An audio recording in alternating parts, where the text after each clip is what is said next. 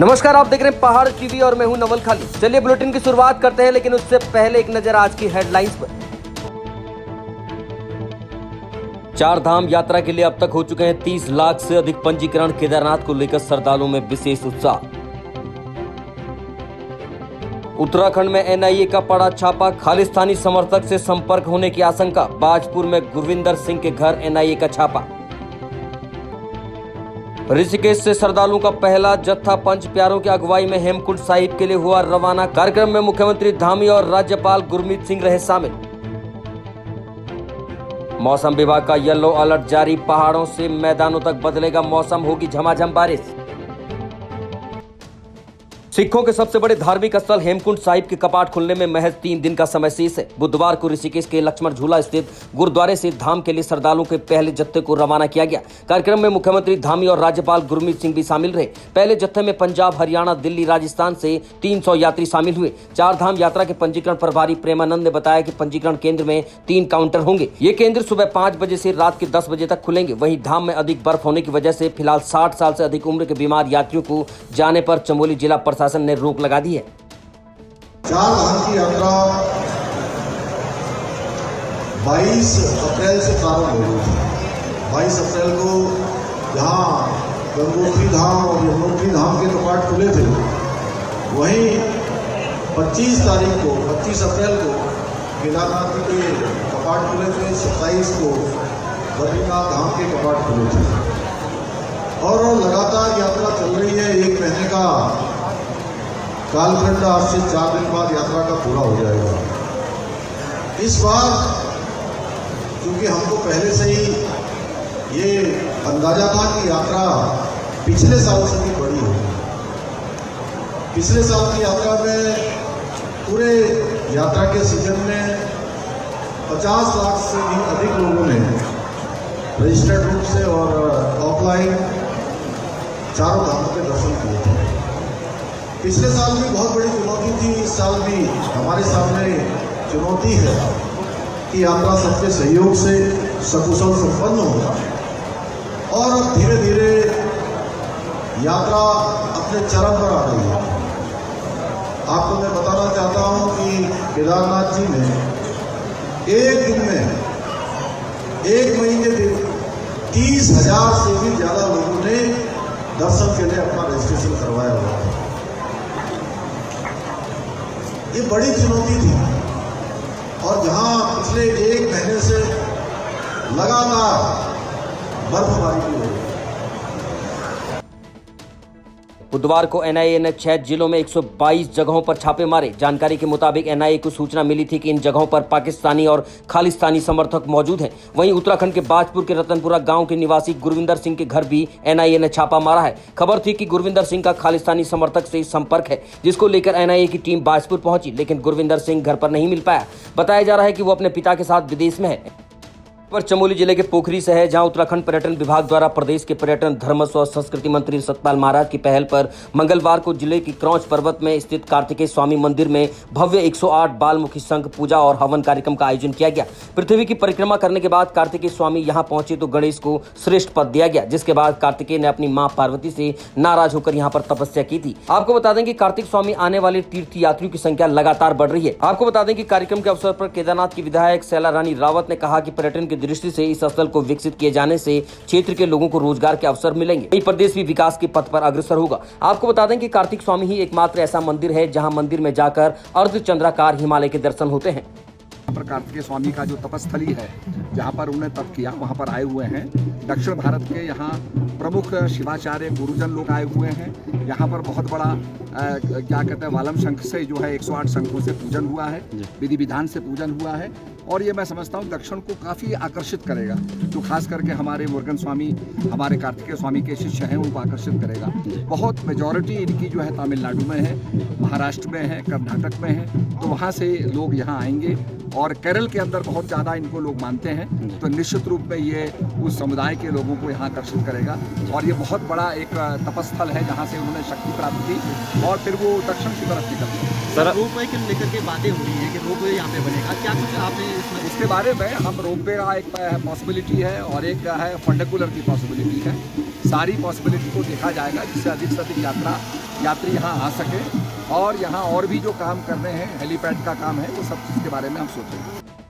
केदारनाथ धाम पहुंच रहे तीर्थ यात्रियों को प्रशासन की ओर से एक बार फिर टोकन सिस्टम के जरिए दर्शन कराए जा रहे हैं, जिसमें तीर्थ यात्री अपनी बारी आने पर ही दर्शन कर रहे हैं। इससे यात्रियों को घंटों तक लाइन में नहीं लगना पड़ रहा है। केदारनाथ धाम के कपाट खुलने के बाद केदारनाथ मंदिर में दर्शनों के लिए भक्तों की भारी भीड़ उमड़ रही है। स्थिति यह है कि भक्तों के बीच धक्का मुक्की तक हो रही है। इसी को देखते हुए कई बार पुलिस को भी सख्त रवैया अपनाना पड़ता है। धाम पहुंचने वाले भक्तों को घंटों तक लाइन में न लगना पड़े, वहीं कम समय में दर्शन हो सके, इसके लिए यात्रियों को टोकन दिया जा रहा है। टोकन में दिए गए समय के मुताबिक ही यात्री दर्शन करने आ रहे हैं। इस व्यवस्था से जहां मंदिर में दर्शनों के लिए लंबी लाइन नहीं लग रही है, वहीं भक्त कम समय में बाबा के दर्शन अच्छे से कर पा रहे हैं। अब खबर चमोली से है, जहां चतुर्थ केदार भगवान रुद्रनाथ की चल विग्रह डोली अपनी शीतकालीन गद्य स्थल गोपीनाथ मंदिर से रुद्रनाथ मंदिर के लिए रवाना होगी। सुबह से ही भगवान रुद्रनाथ की चल विग्रह डोली रवाना करने की प्रक्रिया शुरू हुई। इस दौरान हंस फाउंडेशन की ओर से विशाल भंडारे का आयोजन भी किया गया। रुद्रनाथ की डोली विदाई के समय सैकड़ों की संख्या में श्रद्धालु भगवान के दर्शनों के लिए यहाँ पहुंचे और रुद्रनाथ की डोली को भगवान बाबा के जयकारों के साथ विदा किया गया। 20 मई को भगवान रुद्रनाथ के कपाट आम श्रद्धालुओं के लिए खोल दिए जाएंगे। ऐसे आप सभी को विदित होगा, भगवान श्री रुद्रनाथ चतुर्थ केदार में से एक है, जहाँ पे भगवान श्री शिव का मुखारविंद का दर्शन होता है। एक आनंद मुखारविंद का दर्शन जहाँ होता है वो भगवान श्री रुद्रनाथ जी हैं। बहुत ही कम लोगों को पता होगा कि भगवान श्री रुद्रनाथ जी का जो एक आनंद मुख का दर्शन होता है वो श्री रुद्रनाथ जी में होता है, और चतुरानंद पशुपतिनाथ में होता है, और पंचानंद ओणेश्वर नाम के मंदिर में होता है। और जैसे आप कह सकते हैं कि भगवान श्री रुद्रनाथ जी ये जो चल विग्रह मूर्ति है आज अपने रुद्र धाम के लिए प्रस्थान करेगी। आज जो रात्रि विश्राम होगा वो लीटी में होगा। कल भगवान श्री अपने रुद्र धाम पहुंच जाएंगे और कल शाम भगवान श्री रुद्रनाथ जी में अखंड रामायण का पाठ होना है। तत्पश्चात 20 तारीख को प्रातःकालीन ब्रह्म मुहूर्त में रामायण का पाठ खत्म होगा। तत्पश्चात भगवान श्री रुद्रनाथ जी के कपाट खोल दिए जाएंगे। धन्यवाद। अब खबर विकासनगर से है, जहां नगर पंचायत सैलाकुई के अधिशासी अधिकारी भगवंत सिंह बिष्ट की अगुवाई में पॉल्यूशन कंट्रोल और स्थानीय पुलिस के साथ टीम बनाकर की गई कार्रवाई में 1600 किलोग्राम प्रतिबंधित सिंगल यूज प्लास्टिक का एक बड़ा जखीरा बरामद हुआ है, जिसके बाद बरामद माल को जब्त करते हुए संबंधित व्यक्ति के खिलाफ 1 लाख रुपए का जुर्माना लगाया गया है। चेकिंग के दौरान हम सैलाकुई बाजार में थे तो एक लड़का हमें बाइक पे पन्नी बेचता हुआ मिला, तो उसको पकड़ा गया। तो फिर उससे पूछताछ में पता चला कि उसका जो है गोदाम आपका कैंचीवाला में बनाया गया है।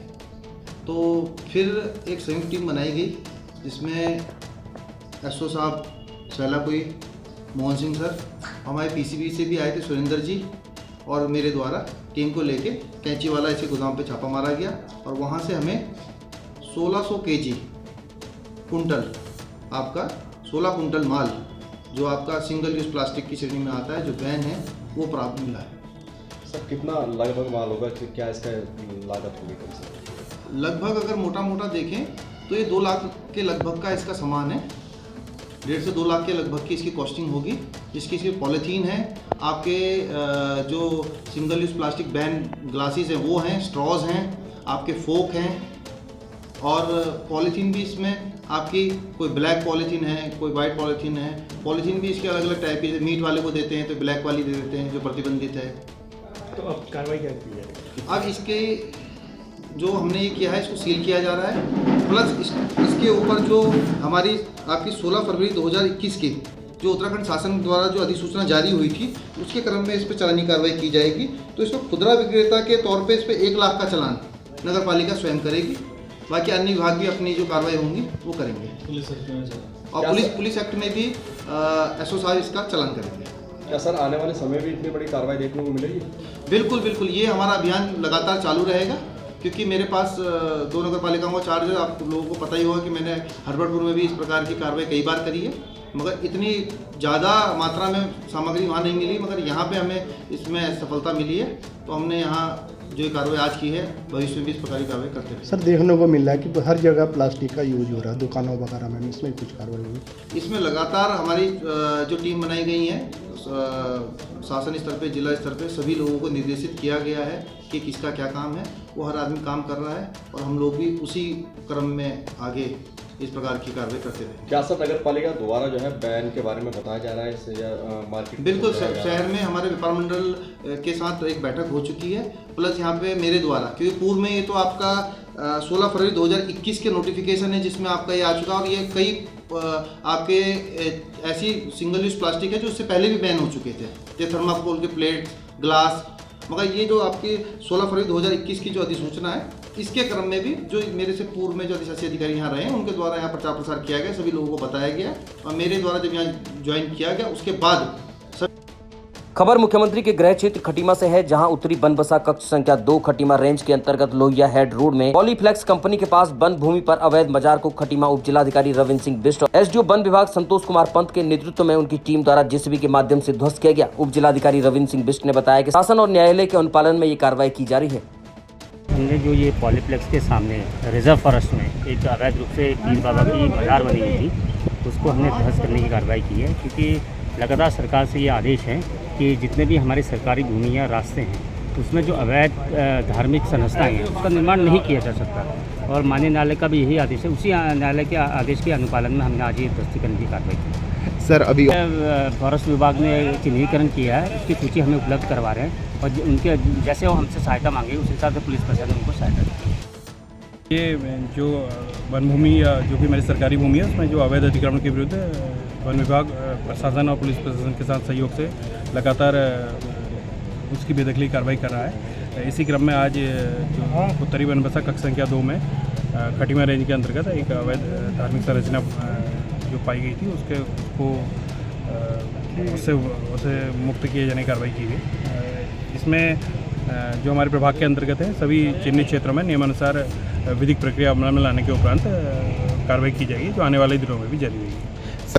नहीं, उनको अभी समय दिया गया है नियमानुसार, तो अभी किसी को अवैध कहना या वैध कहना ये अभी संभव नहीं है। जिस हिसाब से उनको दिए हुए समय में जो भी साक्ष्य उनके द्वारा उपलब्ध कराए जा रहे हैं उसके आधार पर ही हम आगे की कार्रवाई कर रहे हैं। चिन्हीकरण में भी कई तरह की इसमें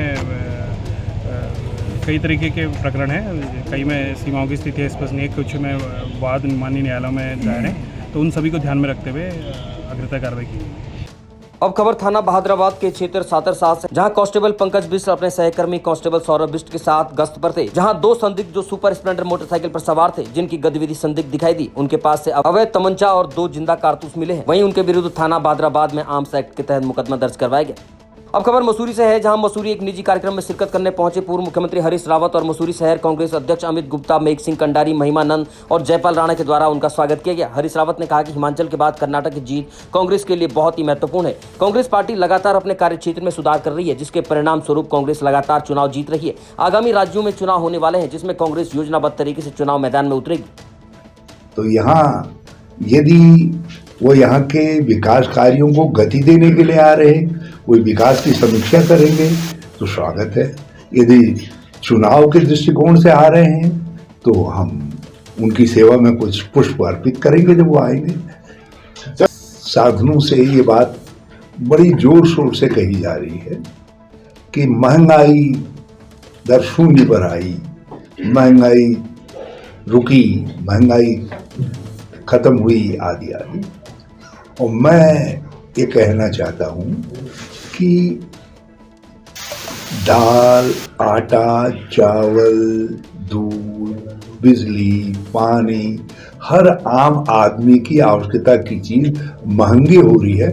आखिर वो महंगाई केवल कागजों में क्यों घट रही है, ये मेरा सवाल है सत्ता से जो है। कागजों में और प्रचार साधनों में आप घटा दे रहे हैं, लेकिन हकीकत में तो चीजों के दाम आसमान की तरफ हैं। एक खबर विकासनगर से है, जहां किसानों की विभिन्न समस्याओं को लेकर भारतीय किसान यूनियन वेलफेयर फेडरेशन पदाधिकारियों द्वारा तहसील परिसर में क्षेत्रीय किसानों से वार्ता कर उनकी समस्याओं को सुना गया। साथ ही भारतीय किसान यूनियन से जुड़े पदाधिकारियों ने एसडीएम विकासनगर विनोद कुमार से वार्ता की। किसानों से जुड़ी समस्याओं को लेकर एक ज्ञापन भी उन्हें प्रेषित किया गया। आज हमारी कई सारी समस्याएं थी। सबसे पहले मैं बताऊं, मेरा नाम सोमनाथ शर्मा है, मैं राष्ट्रीय अध्यक्ष भारतीय किसान यूनियन वेलफेयर फेडरेशन। और किसानों की समस्याओं के लिए आज हम लोग यहाँ आए। एक तो बड़ोवाला गांव में नलकूप लगे हुए हैं, लेकिन इतना भ्रष्टाचार कर रखा। पहले 14 रुपये घंटा आपासी आती थी, और वो भी फसल के हिसाब से 6 महीने में।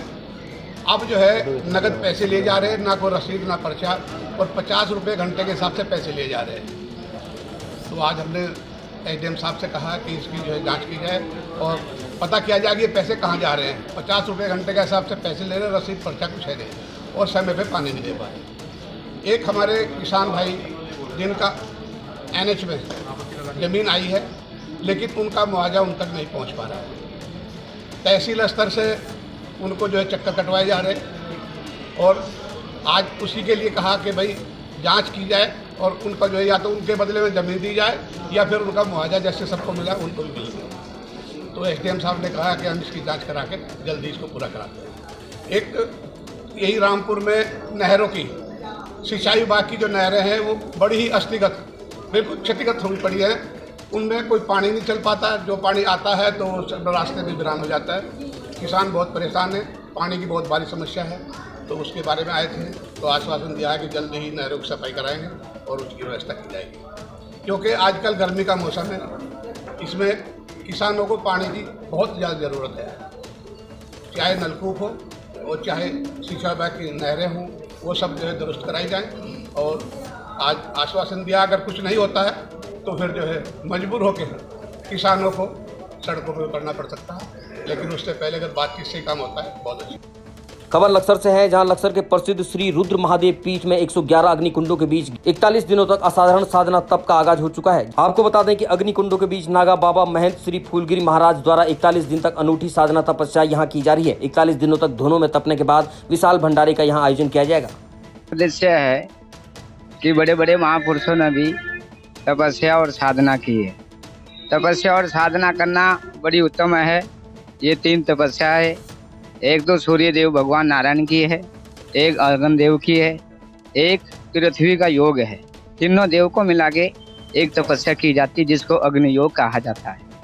ये बड़े बड़े महापुरुष भी किए हैं और जितने 984 सिद्ध हुए उन्होंने भी ये तप किया। तप के द्वारा ही बल और शक्ति का प्रदान होता है। उसी से देश में सुख शांति का भाव रहता है और उससे सुख शांति से भक्तों का कल्याण भी होता है, देश का भी कल्याण होता। आज की तारीख में बहुत अच्छा सर्व समाज का कार्य भी हो रहा है और राम जन्मभूमि सभी कार्य चल रहे हैं। इसलिए सभी संत महापुरुष अपने अपनी साधना में लीन है। ये जेठ का महीना है तो इसीलिए स्वामी जी ने कहीं तपस्या यहाँ पर की है। महारुद्र शिव मंदिर इसका नाम है। शिव चौक लक्सर श्री महंत फूलगिरी जी महाराज, बाबा श्री संस्थापक बाबा हरिगिरी जी महाराज जो इसके मंदिर के संस्थापक हैं, उनके परम शिष्य स्वामी फूलगिरी जी महाराज जी। तो इन्होंने जलधारा भी की थी और अभी दूसरी तपस्या अग्नि तपस्या लक्सर में, तो ये करते रहते हैं। कर्मयोगी संत है और ऐसे संतों का संदेह करना और उनसे ज्ञान लेना यही अपना एकमात्र भाव है। उत्तम का बात है, अगर जनसाधारण के लिए कर रहा है, जो सबका रक्षा, देश का रक्षा के लिए भी ये जो कर्म क्रिया कर रहा है, सब काम के लिए कर रहा है, सद्भावना का काम है। सबका आशीर्वाद मिल जाए इसमें से। इसमें हम तो कहता है कि इसमें इस काम करना बहुत अच्छा काम है। इसमें शामिल सबको भक्तों लोगों को करना चाहिए, एक तो निवेदन करता है हम।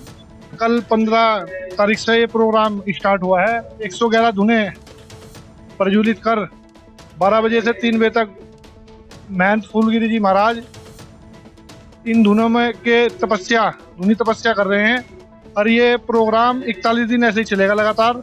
इसमें अभी फिलहाल जो कुंड हैं वो छोटे छोटे हैं, उन्हें अभी जैसे जैसे दिन बीतते जाएंगे और बड़े करते चले जाएंगे और फिर उसी के हिसाब से जिस दिन 24 तारीख में इसका समापन है 24 जून को, उस दिन भंडारे का आयोजन है। उससे पहले 15 जून को यहाँ पर रामायण का पाठ होगा और उसका सबका समापन 24 जून को होगा। सभी भक्तों से अनुरोध है ज़्यादा से ज़्यादा संख्या में पहुँचे, सहयोग करें।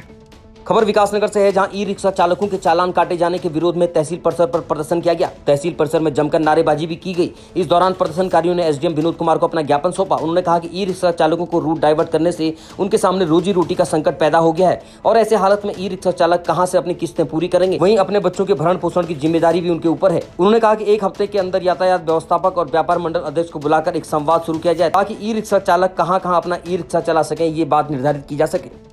काफी दिनों से चल रहा है, रूट जो है इन ई रिक्शा चालकों का डाइवर्ट करा गया है, जिससे इनकी किस्तें और इनके बच्चों का पालन पोषण होना बड़ा मुश्किल हो जा रहा है। आज एसडीएम साहब से हमने अपील करी है, अपील समझ लो रिक्वेस्ट समझ लो। हमने उनको बोला है 1 हफ्ते के अंदर अंदर शासन जो आपका ट्रैफिक देख रहा है ना, और आपका जो व्यापार मंडल है और जो इनके अध्यक्ष इनको बुला के एक अच्छी मीटिंग कराई जाए, जिससे कम से कम इनको ये हो जाए कि हमारा रूट क्या है।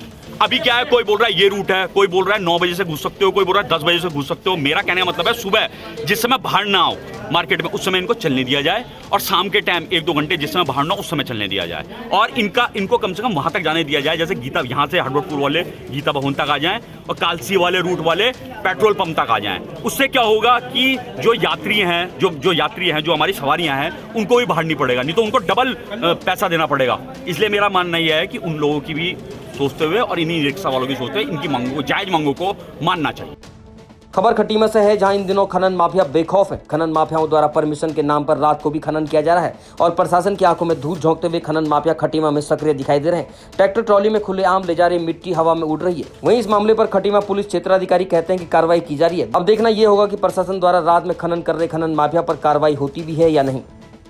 ये हमारे खटीमा सर्कल के तीनों थानों के थानाध्यक्षों को हमने निर्देशित किया है कि जहाँ पे भी अवैध खनन मिलेगा तो तुरंत उस पर कड़ी कार्रवाई करें। और मेरे द्वारा भी स्वयं जहाँ पे ऐसी सूचना आ रही है, हम स्वयं भी इसमें चेकिंग में रहते हैं रात भर, तो जहाँ भी अवैध खनन चलता है हम कार्रवाई करते हैं। अभी हमने 8 डंपर भी सीज किए और कई ट्रैक्टर ट्रॉली भी हमने अवैध खनन में सीज कर रखे हैं। और ये कार्रवाई कर रही हमने पहले भी करी है और अभी भी जहाँ पे सूचना मिल रही है हम तुरंत मौके पे जाके कार्रवाई कर रहे हैं, सीज हो रही है तुरंत जहाँ पे अवैध है। खबर डोईवाला से है, जहां शहीद दुर्गामल राजकीय महाविद्यालय के छात्र संघ समारोह के दूसरे दिन गढ़वाली गायकों ने गीतों में समा बांध दिया। वहीं छात्र छात्राएं जिस पर जमकर थिरके। कार्यक्रम में पूर्व मुख्यमंत्री हरिद्वार सांसद डॉक्टर रमेश पोखरियाल निशंक ने शिरकत की। इस दौरान छात्र संघ अध्यक्ष राजकिरण शाह ने छात्रों की समस्याओं को लेकर ज्ञापन देते हुए उनके निराकरण की मांग की है। वार्षिकोत्सव और छात्र संघ समारोह यहाँ पर आयोजित किया गया। इसमें हमारे पहले दिन जो मुख्य अतिथि थे हमारे माननीय विधायक श्री बृजभूषण गैरोला जी रहे, और आज मुख्य अतिथि जो पुरस्कार वितरण के लिए आमंत्रित थे वो माननीय डॉक्टर रमेश पोखरियाल निशंक जी, माननीय सांसद हरिद्वार रहे। छात्र छात्राओं ने उनके सम्मुख अपनी समस्याएं रखी। महाविद्यालय की गतिविधियों के बारे में मेरे द्वारा आख्या पढ़ी गई। वो प्रसन्न हुए कि महाविद्यालय ने कुछ ही समय के अंतर्गत B ग्रेड प्राप्त कर लिया है और वो उम्मीद करते हैं कि महाविद्यालय आने वाले समय में A ग्रेड प्राप्त करेगा। उसके लिए शासन प्रशासन और केंद्रीय सहायता महाविद्यालय को प्रदत्त की जाएगी, इसका उन्होंने आश्वासन दिया है। और छात्र उनके आने से बहुत उत्साहित रहे, बहुत प्रसन्न हुए, और उन्होंने एक दिशा निर्देश हमारे छात्रों को, हमारे आगामी सत्र के बच्चों को जो यहाँ प्रवेश लेंगे उनको दिया कि आप अपनी ऊर्जा को बनाए रखें और इस शैक्षणिक माहौल का लाभ उठाएं जहाँ पर हमारे बहुत अच्छे शिक्षक उनको शिक्षा प्रदान कर रहे हैं। उनका भरपूर आप सहयोग उनको मिलेगा, उनका शिक्षा के क्षेत्र में आप आगे बढ़ें, ये उन्होंने उम्मीद रखी। मैं उनके आने पर महाविद्यालय परिवार की ओर से उनका बहुत बहुत धन्यवाद करूंगा, और हमारे महाविद्यालय के लिए जो उन्होंने आश्वासन दिया है निश्चित रूप से निकट भविष्य में वो पूरा होगा, ऐसी हम उम्मीद करते हैं। मुझे इस बात की खुशी है कि जहाँ इस समय वार्षिकोत्सव मना रहे हैं, वहाँ इस वर्ष बहुत छात्रों ने और छात्राओं ने बहुत सारे अवार्ड प्रदेश में देश में प्राप्त किए। इसका शैक्षणिक और उनकी अन्य गतिविधियां लगातार बढ़ रही है। इसी का परिणाम है कि नैक ने अपने निरीक्षण परीक्षण के दौरान इसको 20 श्रेणी दी है। नैक जो अखिल भारतीय स्तर पर सभी विश्वविद्यालयों और सभी IIT, NIT, IISER सहित तमाम की रैंकिंग करता है, और कौन सा महाविद्यालय, कौन सा विश्वविद्यालय, कौन सा संस्थान किधर खड़ा है अपने शैक्षणिक क्षेत्र में और विभिन्न गतिविधियों में, तो भी मिलना कोई सामान्य बात नहीं है।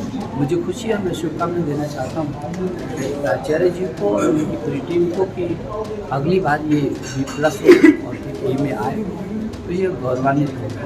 यहाँ पर छात्र संघ के जो पदाधिकारी अध्यक्ष हैं और सब लोगों ने जो मांग रखी है, कुछ विषयों को खोलने का रखा है और कुछ अवस्थापनाएँ विकसित करने की दिशा में है। ये बात सच है, क्योंकि मेरा सौभाग्य है कि जब मैं इस प्रदेश का पहला वित्त मंत्री बना तो हम लोगों ने जो सबसे पहले विभिन्न जो महाविद्यालय स्थापित किए उस पहली सूची में हमने इस डोईवाला को रखा। अब खबर मसूरी से है, जहां कांग्रेस शहर अध्यक्ष जसमीर कौर ने मसूरी के एक होटल में पत्रकार वार्ता करते हुए मसूरी भाजपा मंडल की अध्यक्ष गीता कुमाई के द्वारा माल रोड की दुर्दशा और विभिन्न समस्याओं को लेकर अपनी सरकार के खिलाफ लामबंद होने पर आभार व्यक्त किया है। उन्होंने कहा कि अपनी सरकार के खिलाफ अप्रत्यक्ष रूप से सवाल उन्होंने खड़े किए हैं। उन्होंने कहा कि मसूरी माल रोड जगह जगह मलबे के ढेर लगे हैं, सड़कों पर निर्माण काम नहीं हो पा रहा है। वहीं हाल ही में माल रोड का एक भाग क्षतिग्रस्त हो गया था, जिससे एक डंपर चपेट में आने से एक चालक की मौत भी हो गई थी। आप जानते ही हैं कि यहाँ पर माल रोड पे पिछले कई महीनों से कार्य चल रहा है, जो कि MDDA विभाग द्वारा पैसा दिया गया था 7 करोड़ लोक निर्माण विभाग को ये कार्य करने के लिए, परंतु जो उसकी चाल है, जो उसकी गति है उस कार्य की, वो कहीं ना कहीं जो है उससे सभी जनता परेशान है। जगह जगह मलबे के ढेर लगे हुए हैं, अभिभावक परेशान है, बच्चे परेशान है, स्कूल खुल गए हैं, टूरिस्ट परेशान है। उपहार के सामने आपने देखा जो पुस्ता गिरा, वहाँ पर एक ड्राइवर ने भी इस हादसे में अपनी जान दे दी, जबकि वहाँ पर कोई ना तो DM गए और ना ही हमारे माननीय मंत्री जी वहाँ पर पहुँचे। कोई भी देखने नहीं आया कि उस ड्राइवर ने कैसे अपनी जान दी और ट्रक वहाँ नीचे गिर गया। तो मैं यही कहना चाहती हूँ, क्योंकि अब जो है सभी परेशान हो चुके हैं, जो घड़ा है वो भर चुका है। तो इससे भाजपा के जो कार्यकर्ता है वो भी परेशान है, क्योंकि वो भी यहाँ स्थानीय जनता के बीच में ही आते हैं और धीरे धीरे वो भी मुखर होने लगे अपनी सरकार के खिलाफ। और उन्होंने भी प्रेस कॉन्फ्रेंस करके, जैसे अभी परसों ही प्रेस कॉन्फ्रेंस करी है उनकी मंडल अध्यक्ष महिला मोर्चा की गीता कुमाई जी ने, और मैं उनकी भी बहुत धन्यवाद करती हूँ कि उन्होंने अपनी सरकार के खिलाफ आवाज़ उठाई। और उन्होंने ये कहा कि यहाँ पर जो मलबे के ढेर है उसमें बच्चे गिर रहे हैं, लोग परेशान हो रहे हैं, कहीं किसी को चोट लग रही है, कोई हादसा हो रहा है, तो इसके खिलाफ उन्होंने जो आवाज़ उठाई है वो धन्यवाद की पात्र है। और अब मैं यही इससे ये लगता है कि जो भाजपा के जैसे कार्यकर्ता बाहर आ रहे हैं सरकार के खिलाफ, तो सरकार फेल होती नजर आ रही है, क्योंकि ये पैसे की सरासर बर्बादी है। पूर्व में 3 करोड़ रुपये MDDA द्वारा सौंदर्यीकरण में लगाया गया, वो कहीं नज़र नहीं हो रहा, वो सब कुर्सी कर्सी सब टूट गई।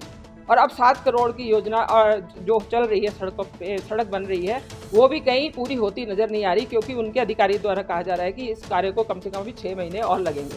तो इसलिए इस बार का पर्यटन सीजन तो आप समझिए कि पूरी तरह फेल है।